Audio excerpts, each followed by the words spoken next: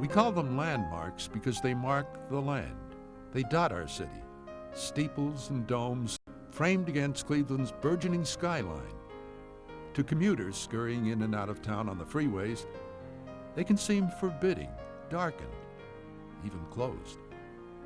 But there are many viable holy places in Cleveland that are not only filled with people, but also treasures from across the ages.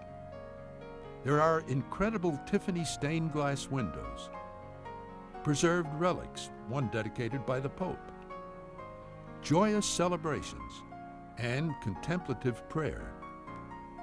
Some of the most beautiful paintings, icons, and altars to be found anywhere in the world.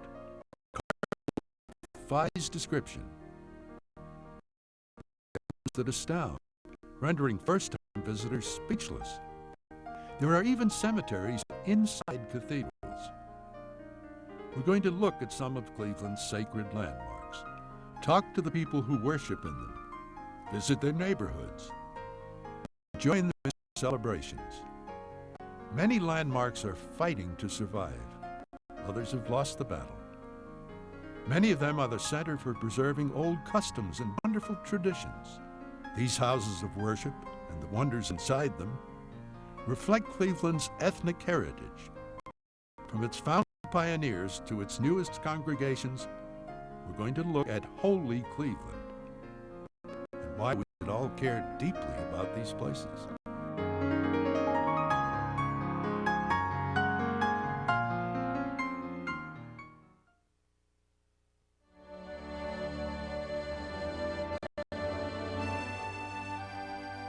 Early churches looked much like St. Christopher's by the River in Gates Mills. Originally built in 1853 as a Methodist place of worship, Holsey Gates, it was served by a multitude of circuit-riding preachers. Old timers used to say that there were so many preachers riding the circuit that parishioners would say a noise in the bush was either a bear or a Methodist minister. After many years, the church was converted to an Episcopalian ministry, and the faith's first communion was held there in 1926. The church's simple, dignified beauty still gives worshipers a wonderful feeling of a bygone era that launched Cleveland's religious history.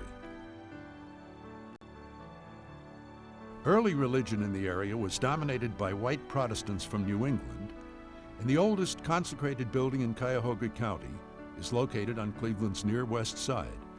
Historic St. John's Episcopal is on Church Avenue at West 26th Street. The congregation shares with that of Trinity Cathedral the distinction of being a direct descendant of the first Episcopal body in the Cleveland area and among the earliest churches. St. John's Parish laid the cornerstone for their impressive Gothic Revival building in 1836. The building was designed and constructed by Hezekiah Eldridge, a master builder responsible for several early Western Reserve buildings. Now this church is a mother church of Trinity Cathedral, St. Luke's, and All Saints in Parma. Was started as missions from this church. Edna Hamilton is the senior warden at St. John's, and Lois Geltzer is a longtime parishioner. They think they know why the church was built. The people that wanted to build this church was in a saloon, and they said it was on a Sunday morning, and the saloon was about 2 blocks from here. And they said the women and their children needed some churching. They didn't think about themselves, they just wanted the women to go to church. One of the best-known traditions of St. John's Parish is its place in the Underground Railroad of the 1850s and 60s. Escaped slaves are said to have been secreted in the church, awaiting ships that would take them to Canada and freedom. They said there was a tunnel from the church to the river, and they could go through that to the river. Without parishioners like Edna and Lois, who collectively have given the church over 80 years of service, churches couldn't go on. That's why they've endured. St. John has also survived a variety of disasters, a fire in 1866 and a tornado that tore its roof off in 1953. But the faithful have hung in through all the problems. First me and my husband, and then my sons came, and then their sons came, and now the great-grandchildren are here. You really should visit, even just to see it, because there are not many churches that are small and look as well as ours does and has the historical record that we have. This simple meeting house, made of gray stone and a foundation built of stones carried from the banks of the nearby river, is tucked away in the shadows of a modern downtown.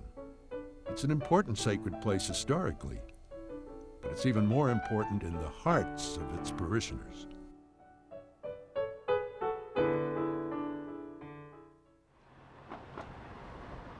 A direct descendant of St. John's is an imposing Gothic structure located at East 22nd and Euclid Avenue, Trinity Cathedral.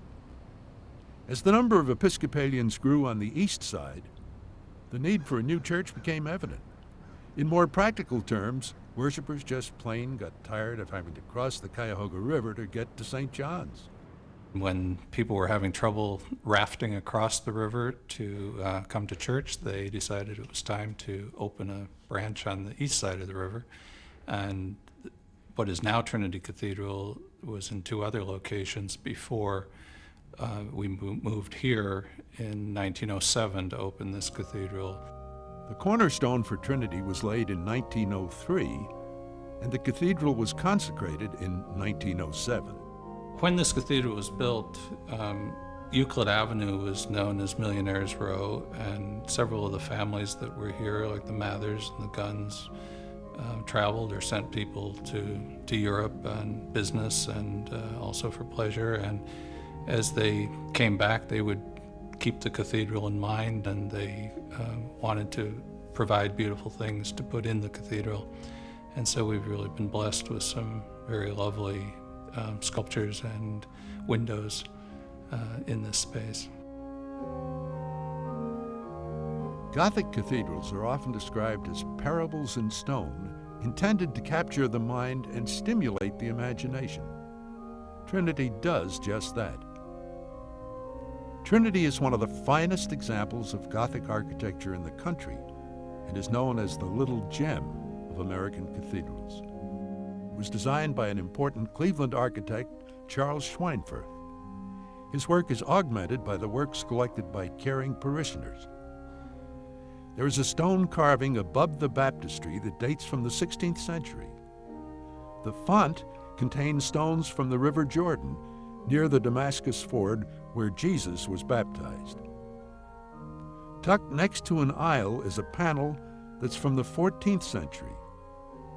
The chapel's marble altar came from Old Trinity Church, an earlier home of the parish at East 6th and Superior.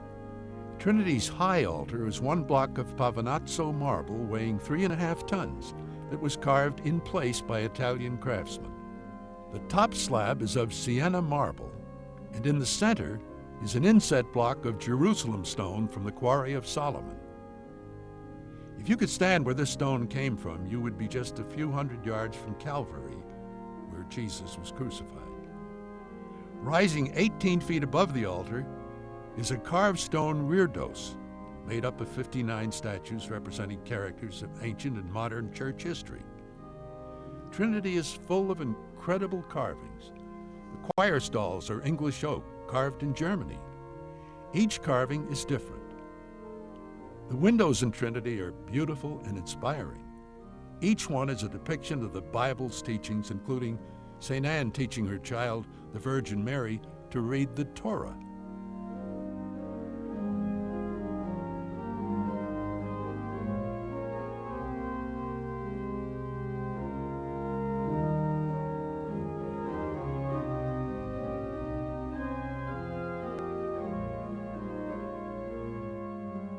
The medieval cathedral was the setting for the life of the entire community. Trinity is used for concerts, dinners, religious celebrations, and even brown bag luncheon organ concerts.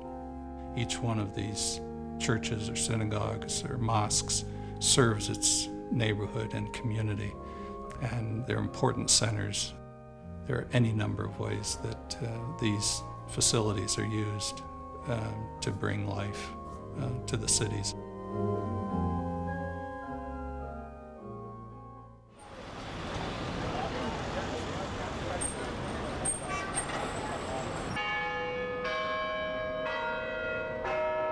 Nowhere does a church bring more life to the city than the Cathedral of St. John the Evangelist, located at the corners of Superior and East Ninth. Once a year, St. Ignatius High School gathers all of their students, faculty, and staff. They come to the cathedral for what they call the Mass of the Holy Spirit to begin their academic year. Cathedral of St. John is indeed the center of activity for Roman Catholics in the Cleveland Diocese. I believe Robert Louis Stevenson might have used these words that people were never so blessed as when they created a cathedral. And in the words of "Here comes everyone," and that's certainly true in our cathedral church on a daily basis. Bishop Anthony Pilla, a native Clevelander, is the true pastor of St. John the Evangelist.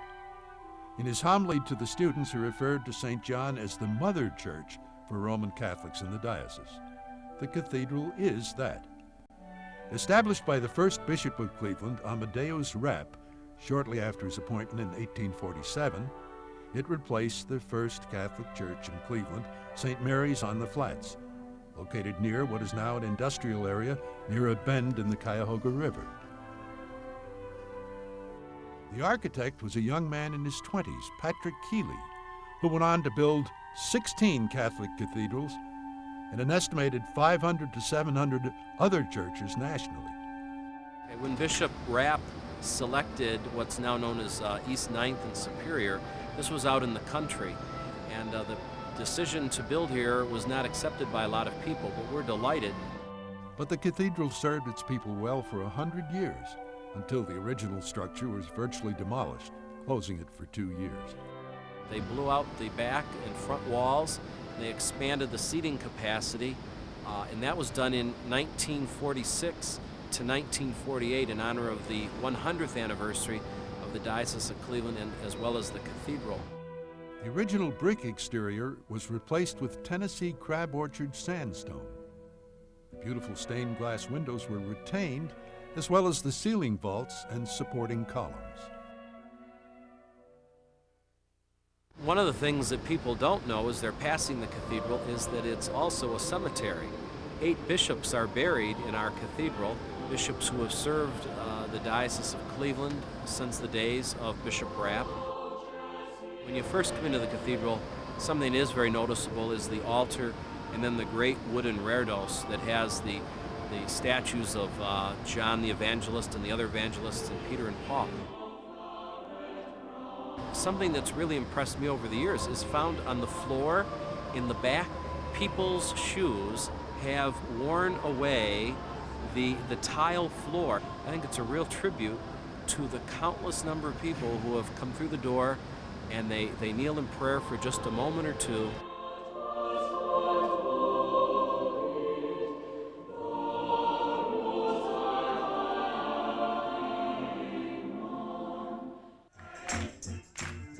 Cleveland's religious life is marked with a variety that few other northern industrial cities can match.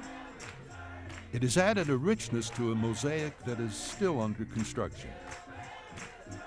For close to 100 years, Antioch Baptist Church has provided leadership in the Cleveland community. Located at the corner of East 89th and Cedar, it has been in the forefront of community activism. It's another example of a church that stayed when others ran. Its present pastor, Reverend Marvin McMickle, was looking for just such a church in the inner city. I did not want to spend the rest of my life in suburbia. And so I came to Cleveland looking for an inner city church, looking for the challenges of responding to the problems of urban America. And this church has had a very long history of involvement. This church was founded in 1892. It was founded by 9 people down on 24th and Central. That was the center of the black population in Cleveland. Antioch Baptist Sacred Place is a building full of surprises for those who take the time to study its features. It's the kind of building we might tend to ignore as we drive past it intent on our commute. Its design reflects the Romanesque style popular in America during the 1880s and 90s, but its real beauty lies within its red brick walls. It is a very warm place. This wood ceiling, I don't think could ever be reconstructed. This used to be the Bolton Avenue Presbyterian Church. They sold it to us in 1936. The cornerstone of this building suggests that it was built in 1902 or so, which makes the church almost 100 years old. But it is a beautiful church. The sanctuary seats about 900 persons, and we fill it every week. I think that churches serve a stabilizing function in neighborhoods. Antioch's pastor never lets his congregation forget where they came from, nor the neighborhood where they worship. So they set up a tent in their backyard in which to conduct revival services. Let the world see you outside engaging in the acts of your faith, and hopefully they'll come in and join you. Antioch Baptist is a wonderfully warm building in terms of its architecture and its people. And with a neighborhood that's safe and secure, it's worth stopping in and enjoying. It's another Cleveland sacred landmark.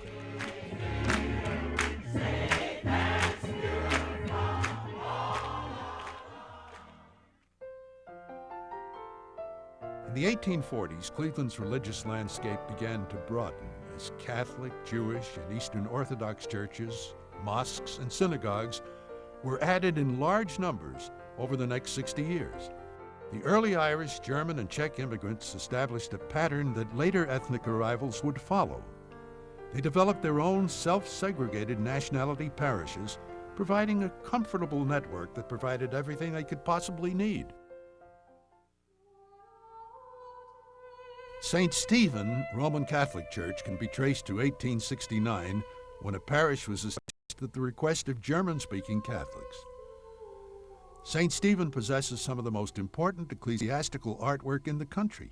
One of its parishioners and church historian, Tim Barrett, says it was no easy task to get the church built.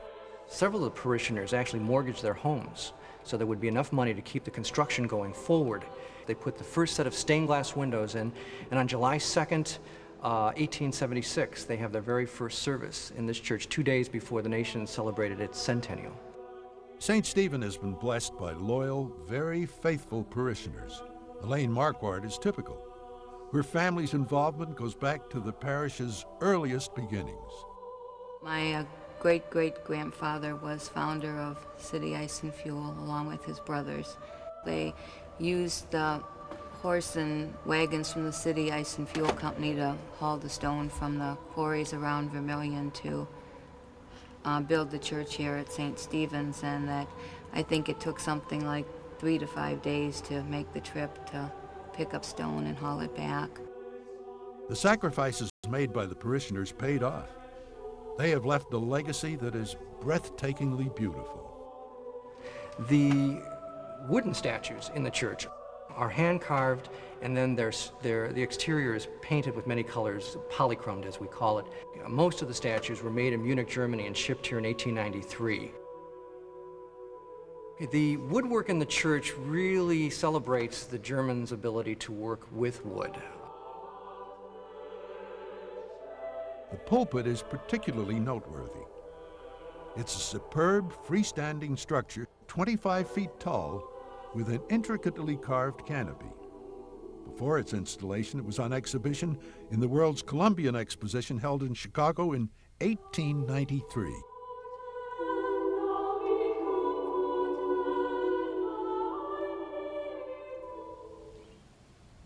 Today, St. Stephen is an active church that has an adjoining school. The neighborhood has made a startling comeback. It's safe, and there's remodeling and renovation going on all around the area. The church's pastor, Father Michael Franz. When the neighbors got together, our councilman at that time was Ray Pianca, who's now housing court judge. He had the idea that it would be a good gesture and a signal to what we're trying to do, to ring the church bells every day when the children got out of school, as a sign that the neighborhood cares about these children and is going to watch over them. This was my first parish assignment in the city. In my previous assignments, The work was much more narrowly focused on spiritual things, but here you have to be kind of a jack of all trades to make the parish go. However, Father Franz wouldn't trade his hectic work for his former assignment in the suburbs. Part of the problem in the suburbs, it's too quiet. You have the feeling that you don't have the life out there that you have in the city. It's like where my roots are. I'm just beginning to realize how much this church means to me, even though I've grown up here and been here, for many years. There's so much of it that I really wasn't aware of how important it is to my life until now. Many of Cleveland's sacred landmarks have not done as well as St. Stephen Church. But in a remarkable story, one of the doomed churches, St. Joseph's on Woodland Avenue, now demolished, provided St. Stephen's with 3 stained glass windows to replace those blown out by a 1953 tornado. For 40 years, the holes left by the storm had been boarded up. Now sunlight streams through the leaded glass windows created by Meyer Studios in Munich, Germany at the turn of the century.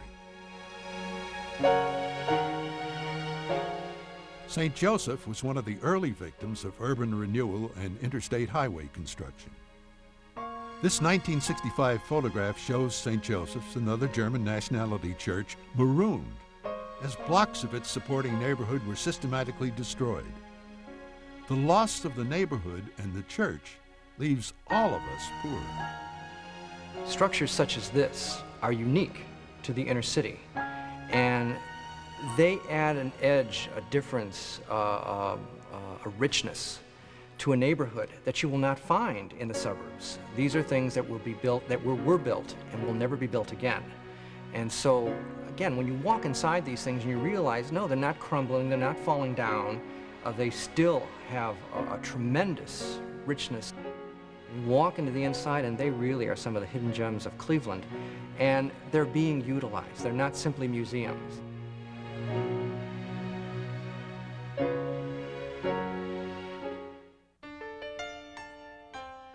If there was ever an area that epitomized the melting pot theory of American life, it's the Tremont area on Cleveland's west side. Industries surrounding the area, combined with ample quality housing, attracted Irish, Germans, Poles, Greeks, Syrians, Ukrainians, Russians, and Puerto Ricans, to mention just a few. This influx meant churches, and Tremont has more churches per capita than almost any area in the world. Churches of infinite variety. If ever an area could be described as the United Nations, it's Tremont. Located on Starkweather Avenue in Tremont is St. Theodosius Russian Orthodox Cathedral that became famous as the site for portions of the feature film The Deer Hunter. The parish celebrated its centennial in 1996, although the church was started in 1911.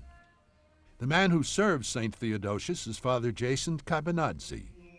I think people think of us as, if you want to make a generalization, as kind of very ethnically enclosed. That this is something you have to be Russian to participate in. But now that perception is changing.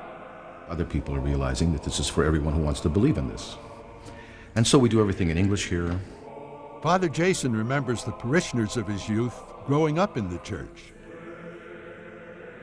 My impressions were of the piety of the people. This is where you encounter God in a very special way.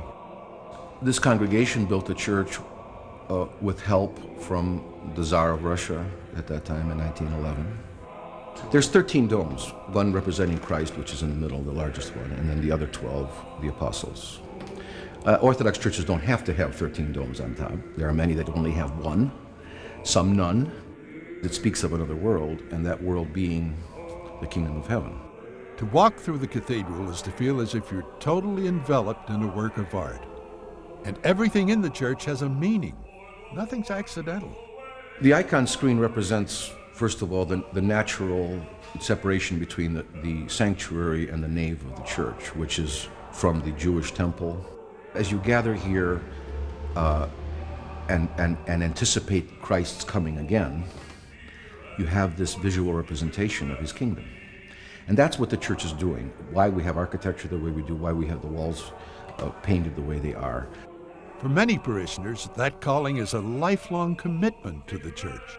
I sincerely believe that the Holy Spirit has been responsible for so many things that have happened in my life that kept me in the church and keeps me in that faith of my fathers.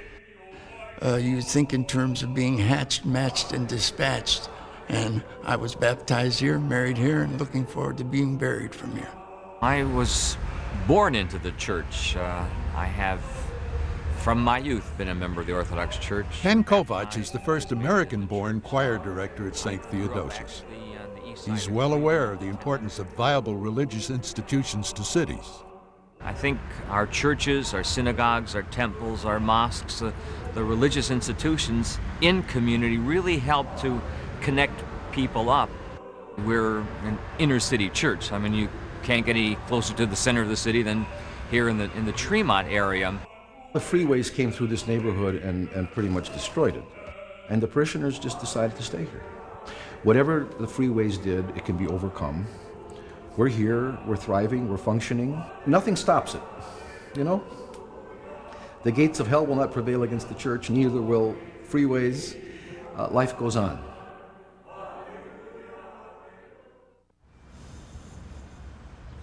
A close neighbor of St. Theodosius is Pilgrim Congregational Church, located on West 14th. Pilgrim has a long and enviable history of helping the less fortunate in the community. It's also noted for its concerts and reliance on good music. Pilgrim was dedicated in 1894, but its beginning was as a Sunday school in 1854. The structure is a unique design, and its dynamic pastor, Reverend Laurie Hafner, is proud of its heritage. There was a debate that even though this church was American-made and American-crafted, they still thought that stained glass windows should come from Europe. Someone had heard about someone named Tiffany in New York who was creating some fairly decent windows, and they decided, in keeping with the American theme, that they would go ahead and hire Tiffany to put some windows in. It has a really remarkable history. We have the first church library here, the first kindergarten in the city of Cleveland. The Visiting Nurses Association got its start here. We were the first building west of the Cuyahoga to have indoor electricity. This beautiful church, now a bustling and busy place, came within an eyelash of closing its doors. Reverend Hafner is credited with saving the congregation, but she yields the credit to her parishioners who just wouldn't quit. I came in June of 1990, and at the time there were a few die-hard, very faithful souls who had worked very diligently and very hard at keeping these church doors open, even though folks had suggested to them that maybe there would be grace in closing the doors and moving out to the suburbs. To see the church now is to see an asset in the inner city that was well worth the struggle.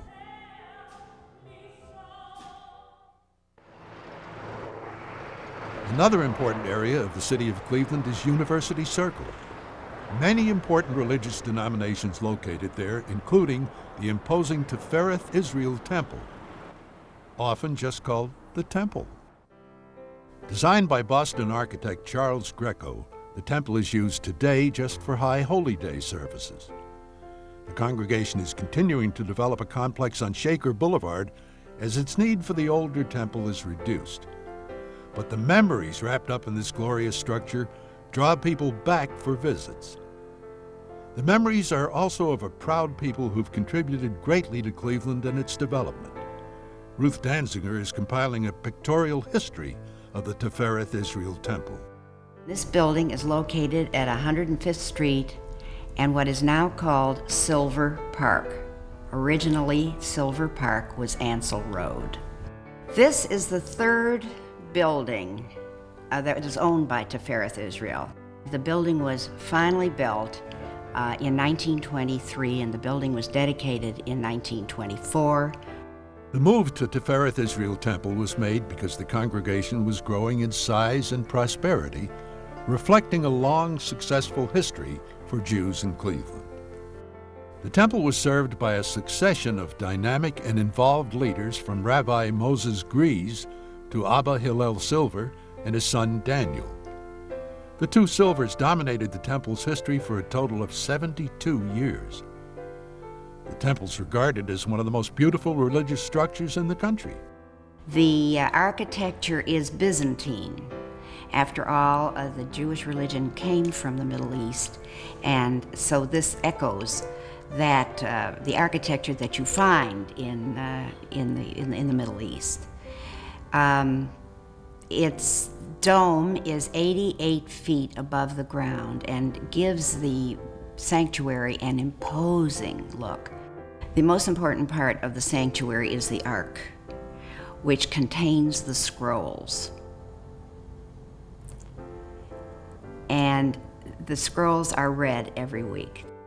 And the scrolls contain the Old Testament. As it is, we do not call it the Old Testament, we call it the Torah. The Tifereth Israel Temple is blessed with a beautiful, compact chapel. The chapel seats about 175 people and is used for small weddings and also bar and bat mitzvahs and for funerals. They have stained glass windows that were created by an artist whose name is Arthur Zick. They are memorials to the fallen of the Second World War. A place of worship is more than just brick and mortar. It involves memories and it involves people. And there are a great many people who feel very emotional about the very idea of giving this up. So it remains to be seen what's going to happen to this building.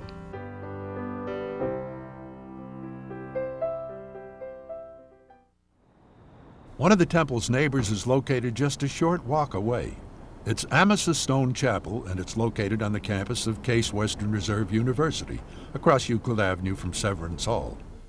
It was commissioned in 1911 by Clara Stone Hay and Flora Stone Mather in memory of their father. Amasa Stone was the man who financed the move of this college from Hudson, Ohio to Cleveland, Ohio. There's a little sculpture outside which portrays Amasa Stone. It's his head. That piece of stonework used to be part of the Union Terminal, the old Union Terminal before the current terminal tower. As far as the banners are concerned, what they represent are the various colleges and schools of this university, or the university itself, and each one of them is authentic. The architect for Amasa Stone Chapel was Henry Vaughan of Boston, known for his work designing the National Cathedral in Washington, D.C., and for being well-schooled in early medieval styles. Although not large, this gem of a sacred landmark is busy with musical events, weddings, and memorial services.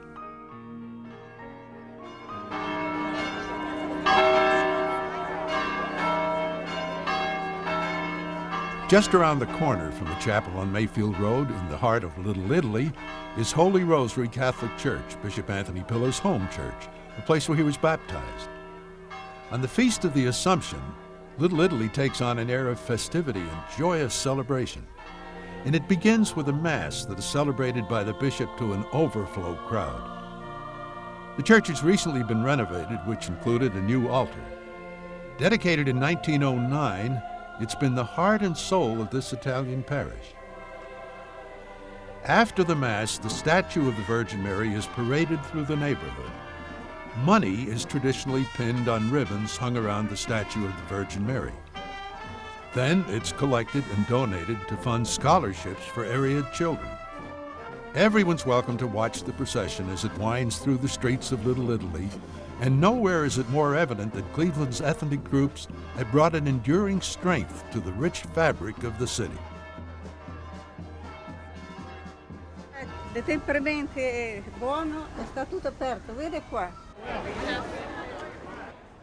After Mass and the procession, it's time for families to gather from all over the country to break bread and celebrate their heritage. It's a time to remember what the church has meant to them. Our life was centered around the church. We grew up in the church. That was part of our social life. And the priests were all friends, and they'd come over for dinner. We all know everyone's problems, and we all are one big family, and we all help each other. Just up the hill from the celebration in Little Italy is an oasis, Lakeview Cemetery, a place where many famous Clevelanders are buried dating back to 1869. It's also where one of Cleveland's most notable structures can be found, Wade Memorial Chapel. Wade Chapel was built in honor of Jethro Wade, who was the first president of Lakeview Cemetery and also the founder of the Western Union Telegraph Company. His grandson wanted to build a monument that would last at least 500 years in honor of his grandfather. The result is a memorial that's Spartan on the outside, but stunningly beautiful inside. The interior was designed entirely by Louis Comfort Tiffany. The window that you see is the Tiffany window, which Tiffany was famous for. That's the first thing that catches your eye, and he did win a gold medal for it at the Paris Exposition. The Wades were traveling in France at the time, and they saw the window, and they bought the window, and then they commissioned Tiffany to build the interior of the chapel around the theme of the window. The theme of the window depicts the resurrection of Christ. It's flanked by scenes from the Old Testament and patron saints of Christianity, exquisitely rendered in shimmering golden glass mosaic. On the left wall, as you face the window, it is the Old Testament, and you see what are considered the 7 pillars of wisdom, the prophets from the Old Testament, and they are rowing the ship, because we are what they call the voyage of life, all headed for the resurrection window. And the person steering the vessel is death, and death is wrapped in chains, showing you life over death with the sword pointed down. On the east wall, then, would be the ship, the saints from the New Testament.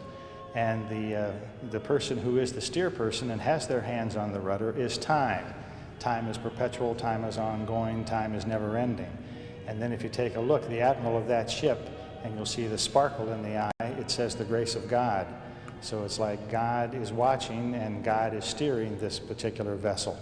Tiffany set out to make the Wade Memorial a masterpiece. Nothing is random. Everything was designed to be part of the whole. There's literally nothing like this masterpiece anywhere in the world. The wood in the pews is cedars of Lebanon, the same material used in the construction of Solomon's Temple. As you study the incredibly beautiful resurrection window, you can see why Tiffany's work defies comparison.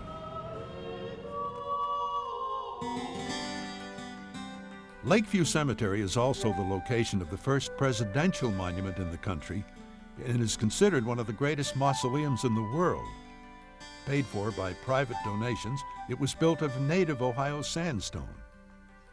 5 panels surround a porch-like platform and depict Garfield's life and death.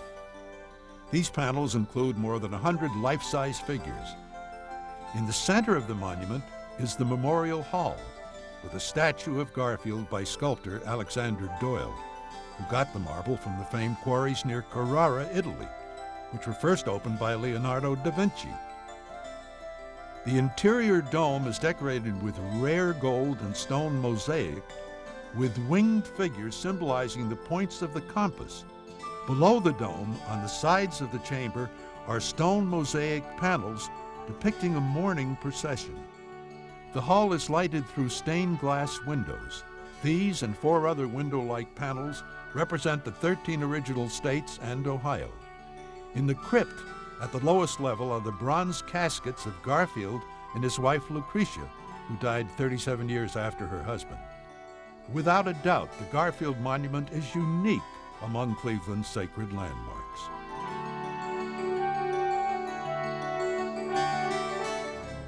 Cleveland's rich diversity of religions and concentration of churches is further illustrated by the fact that the prominent tower of the First Church of Christ Scientist on Overlook Road in Cleveland Heights can be seen from both the Garfield Monument as well as from the streets of Little Italy.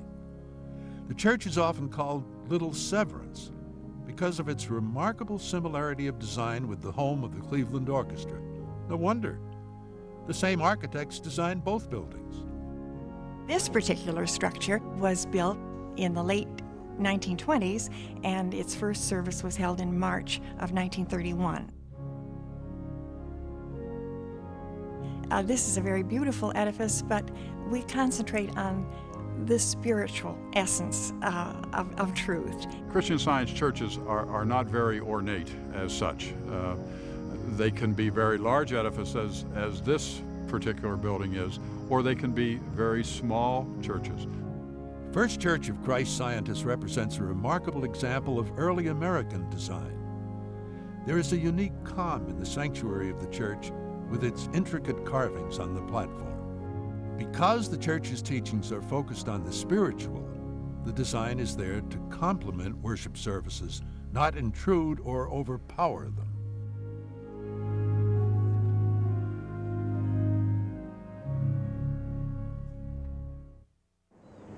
There's a misconception that most, if not all, church congregations located in areas that have declined in the city have abandoned the original church.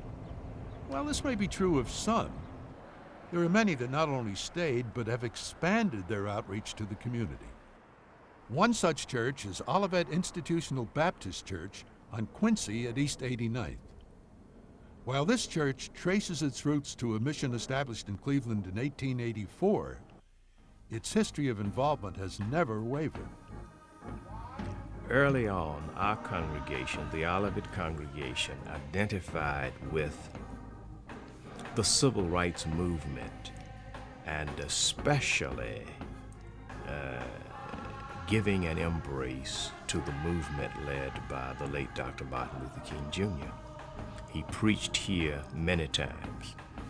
The Reverend Jesse Jackson received some of his early orientation in ministry right here. Our church has been on the cutting edge. The buildings that house the ministries of Olivet Institutional Baptist Church were erected in the 1950s and 60s. While simple and plain, they serve to shelter and sustain a large active ministry that reaches out to people. But there have been changes. This church, for instance, has become a regional church. And by that I mean many of our parishioners commute to church. Many of our parishioners are second and third generation members. Their families have worked hard in the steel mills or the iron foundries of Cleveland, but they are committed to Fairfax, they're committed to Cleveland, they're committed to their church.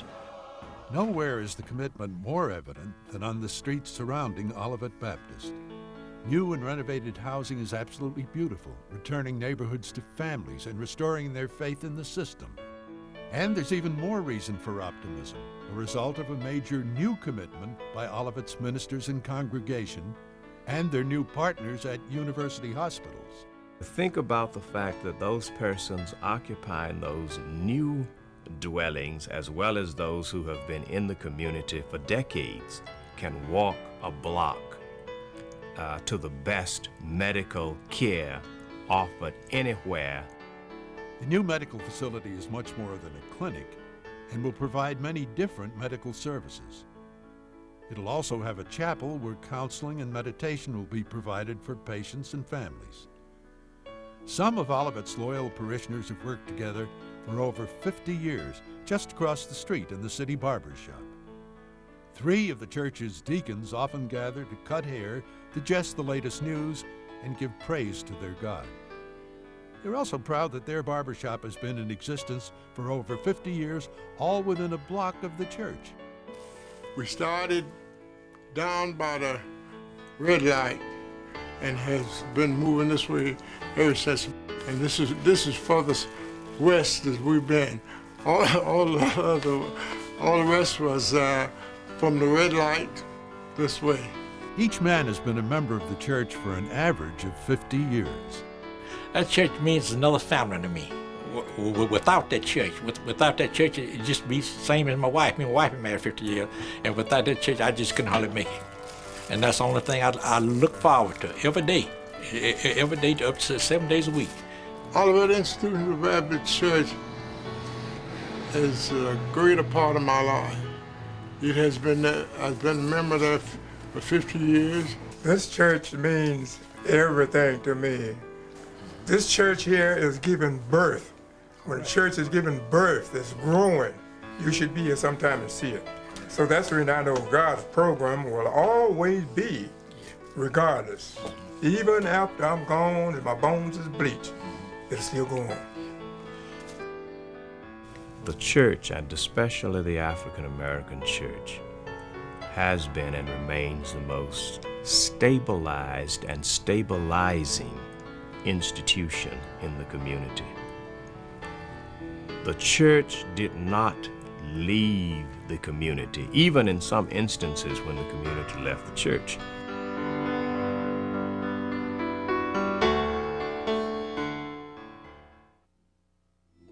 One church that has been a constant presence in Cleveland is the Old Stone Church on Public Square. More properly titled First Presbyterian Church, it's been on the same site since 1853 and has witnessed such historic events as the public exhibition of President Lincoln's funeral bier and the lighting of the country's first street lamps in 1879. Of Victorian Romanesque design, Old Stone Church's interior is replete with golden oak and dark mahogany paneling. Outstanding stained glass windows were added during the years following the sanctuary's restoration of 1884. In 1885, the window overlooking Public Square was dedicated in memory of Amasa Stone, a recurring name when talking about sacred landmarks in Cleveland. This magnificent window was designed by the internationally known artist John Lafarge. A half dozen Tiffany windows grace the sanctuary, and several are signed.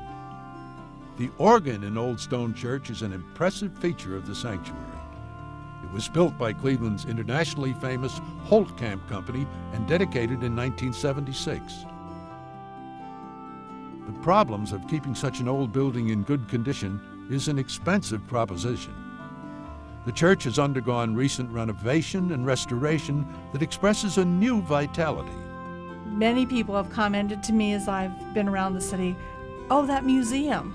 Well, we're not a museum, we're vital and active. It seems to me having an active congregation, a renovated church building in the heart of the city says something about Cleveland as well as our particular congregation.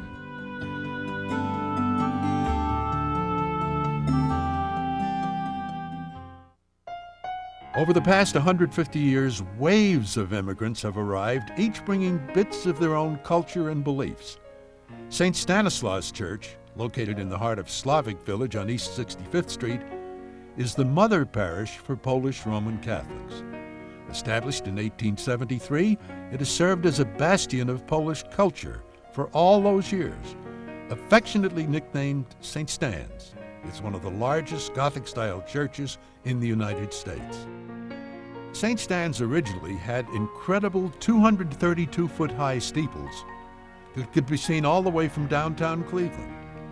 Early immigrants would get off the train at the station, near where Jacobs Field is today, and they'd be pointed toward the huge twin spires and told, "There's St. Stan's, just head toward those steeples." Today's pastor, Father William Gulas, tells what happened to the steeples. In 1909, a so-called tornado went through. They didn't call it that, but it was a high wind, and we had steeples on this church that went up to 232 feet.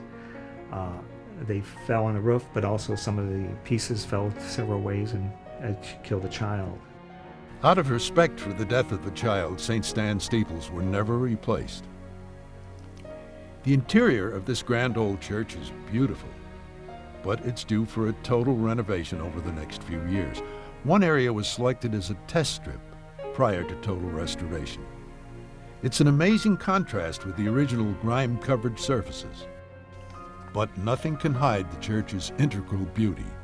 Niches house statues of exquisite sculptural work. The church's sacred vessels are breathtaking in their beauty. And in 1969, the visiting Archbishop of Krakow, Poland, presented the church with a relic of St. Stanislaus in gratitude for help the Church of Poland had received from the congregation. The Archbishop went on to become His Holiness Pope John Paul II. There are incredibly detailed side altars, gorgeous stained glass windows. You could spend a lifetime taking in the splendor of St. Stan's. And some have. The church is my home, my spiritual home, and my anchor. I was born in this neighborhood. I come to Mass every single day. I look upon it as something very, very special. Whenever I have problems and concerns, I bring them to my church.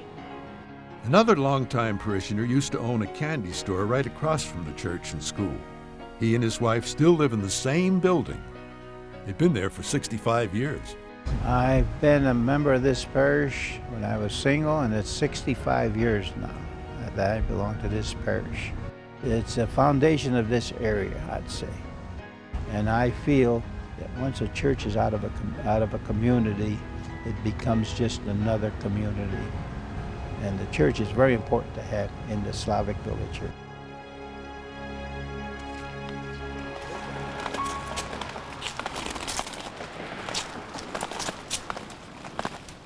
Father Dennis O'Grady, pastor of St. Michael's Roman Catholic Church at the corner of Scranton and Clark Roads, gets his exercise and keeps in touch with his predominantly Spanish-speaking parishioners by rollerblading through the neighborhood.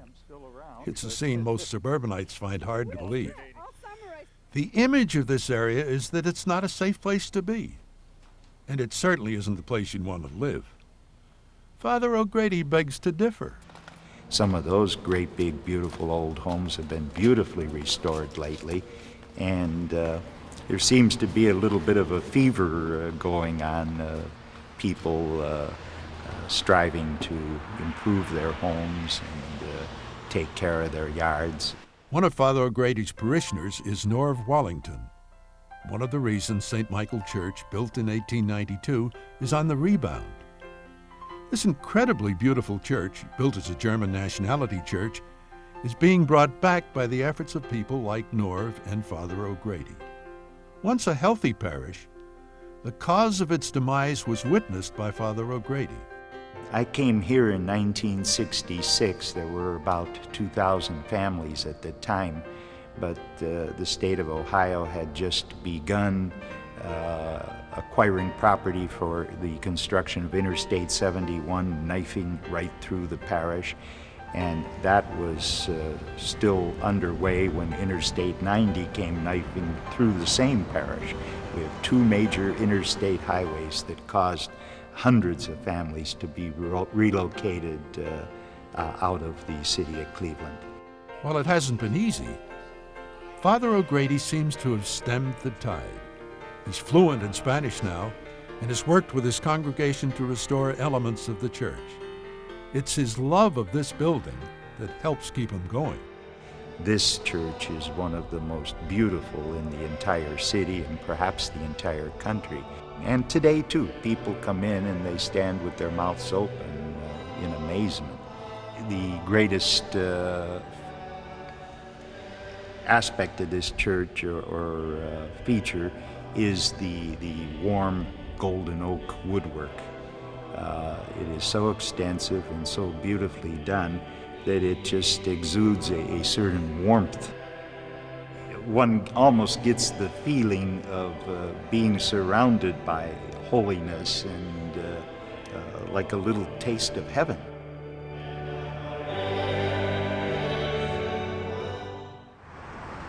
Many of Cleveland's sacred landmarks have become mother churches, giving birth to other congregations, many located in the suburbs. Typical is Saints Peter and Paul Ukrainian Catholic Church on West 7th Street in Cleveland. It spun off three other parishes in the county, including St. Josephat Ukrainian Catholic Cathedral on State Road in Parma. This church is a work in progress. Its pastor, Father Michael. We started using it on June 24th, 1985. I recall the date exactly. There was nothing in here. We had a temporary altar set up. All the walls were bare. And I convinced the building committee at the time that since they have such a beautiful building, they just don't want to throw anything on the inside. So that's why I decided we would do things slowly, but put in good stuff here and put the things in the artwork as we had the funds. Much of what church has accomplished today is due to the dedication of its parishioners. St. Josephat is no exception. Dozens of volunteers gather together every Thursday and Friday morning in an adjacent building to the cathedral and make Ukrainian pierogies, their version of pierogies.